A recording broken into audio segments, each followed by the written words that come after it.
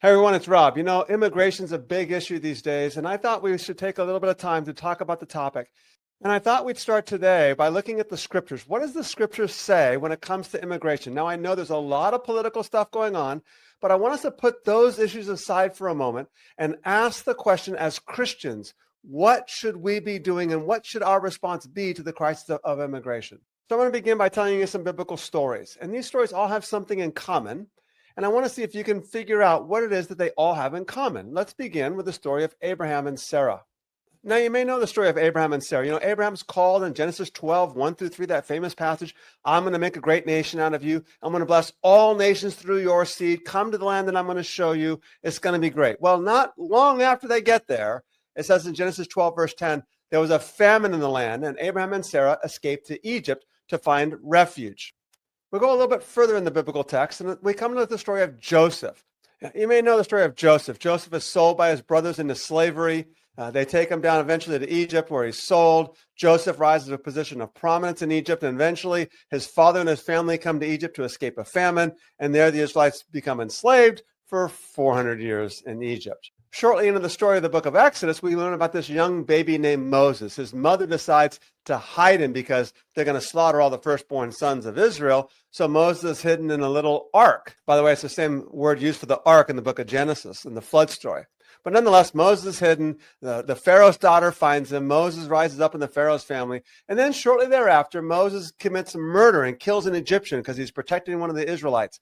And then he has to flee into the wilderness of Midian, where he actually finds his wife in the wilderness of Midian. And then God appears to him and says, Moses, I want you to go back to Egypt and get my people out of there. Of course, after the series of miracles, God eventually leads the Israelites out of Egypt, and they escape from the slavery and the oppression under Pharaoh, and they end up in the wilderness for 40 years and eventually into the promised land. What about the story of Ruth and Naomi? Naomi and her husband Elimelech leave Bethlehem because of a famine, and they go off to Moab, and there their two sons find wives, but then Elimelech dies.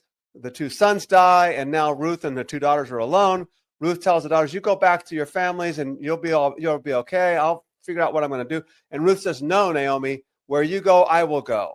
And Naomi and Ruth travel back to Bethlehem, and eventually Boaz redeems them and they get their land back, and it's a wonderful story of redemption. Fast forward to the story of David. David flees Saul and flees from his own kids at various times. And he actually goes off to the land of the Philistines where he finds refuge. Then there's the story of Elijah. Elijah flees the wicked queen Jezebel and Ahab, fearing for his life, and flees into the wilderness. We could fast forward to the New Testament. We know the Christmas story. The wise men go to Jerusalem and say, hey, where's the king? Uh-oh, shouldn't have said that question here. So the wise men go off to Bethlehem and find Joseph and Mary and the little baby, and they say, we said something to the king over in Jerusalem about the Messiah, this king coming. You might not be safe right now. Joseph and Mary flee to Egypt with the baby Jesus for several years of refuge. When we make our way to the book of Acts, in Acts chapter 8, it says that Saul, who we know of as Paul, begins persecuting the Christians, and they're forced to flee. And we kind of look at this as like this ironic story where God told them to go to the ends of the earth, and they stayed in Jerusalem and Judea. Well, God's going to get them to the end of the earth because of a persecution that forces them to flee. And they flee to Damascus, and they flee elsewhere. And the gospel begins to flourish because Christians are persecuted and have to flee and find refuge in other places. Let me remind you really quickly here, Determined Truth is a nonprofit. We do a lot of work to train and equip leaders around the world. If you're not aware that we work with 100 pastors every single week in India on Zoom calls. There's a Bible college that we oversee in India as well, training and equipping leaders. But we also try to provide resources for the church, challenging the church to be the church. If you go to the Determined Truth YouTube page, you'll see all the videos and live streams that we provided. There's a playlist button. If you click on the playlist button, this here shows you all the various series of videos that we've done. We've done videos on justice and racism and abortion. We've done videos on Israel-Palestine, of course, Israel, Gaza, and the West Bank, introduction to the Israeli-Palestinian conflict. But I want to point you out to this series here, the Revelation Revealed series. Throughout the summer and early fall of 2025, we are releasing a new video every Wednesday night in this Revelation Revealed series. You can see the first 3 videos have already been released. This one's about 14 minutes long, 5 minutes long, 13 minutes long. And the purpose of this video series is to look at select parts of the book of Revelation, trying to discern what was John saying to the churches back in the first century.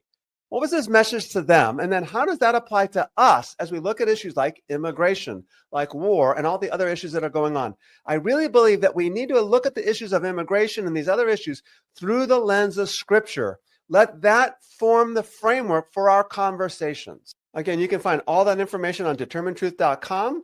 Go to the YouTube tab. When you go to the YouTube page, then click on the playlist and look for Revelation Revealed. Subscribe to the YouTube channel, and of course, whenever we drop a new video, you'll be notified. Select the alert button there. You can also go to determinedtruth.com and click on the Contact Me page. Give us your email address and information there, and we will gladly add you to our email list, and you'll get our monthly email of all the upcoming things that we have going on, including podcasts, blogs, and various things. So let me ask now, what did all those scriptures have in common? They were all stories of the biblical characters being refugees, being immigrants, going to other places to find safety and refuge. Even the story of Christ, even the story of the early Christians, were them as immigrants, as refugees, seeking refuge, finding safety from persecution and suffering. So this raises the question then, what would you do if the place where you lived was no longer safe? What would you do if gangs threatened your children or war devastated your neighborhood? What if you decided that the only option was to flee? You don't want to flee. Your family has lived in the same city, in the same neighborhood for hundreds of years, spanning multiple generations. When your father died, he even asked you to stay where you were and protect the family farm.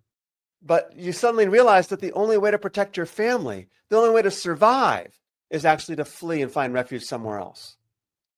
You're not sure where you're going to go, but wherever it is, you're pretty confident that it's going to be better than what you have now. You see, that's the story of Abraham and Sarah, the story of Moses, the story of Naomi and Ruth, the story of Elijah, the story of Joseph and Mary and Jesus and the early Christians. And it's been the story of the church for centuries.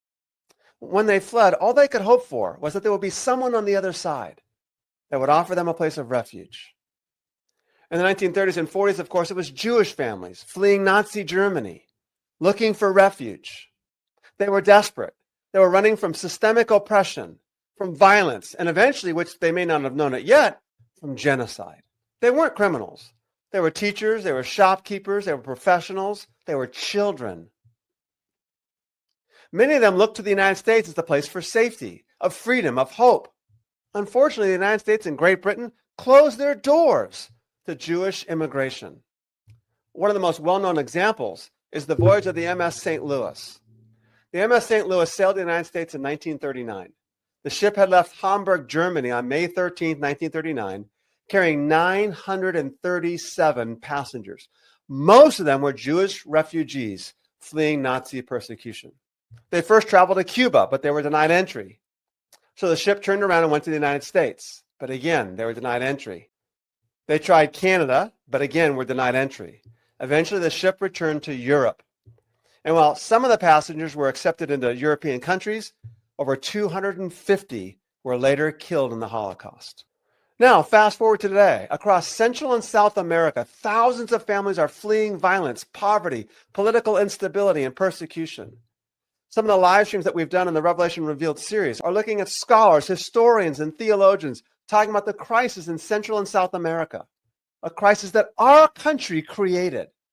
And that the people of those countries are fleeing suffering and fleeing persecution and fleeing for their own lives. Some of them are running from gangs who've taken over their towns. Others are escaping corrupt governments whom we put in power, like those Jewish families almost 90 years ago. They're not invaders. They're vulnerable. They're desperate human beings seeking safety.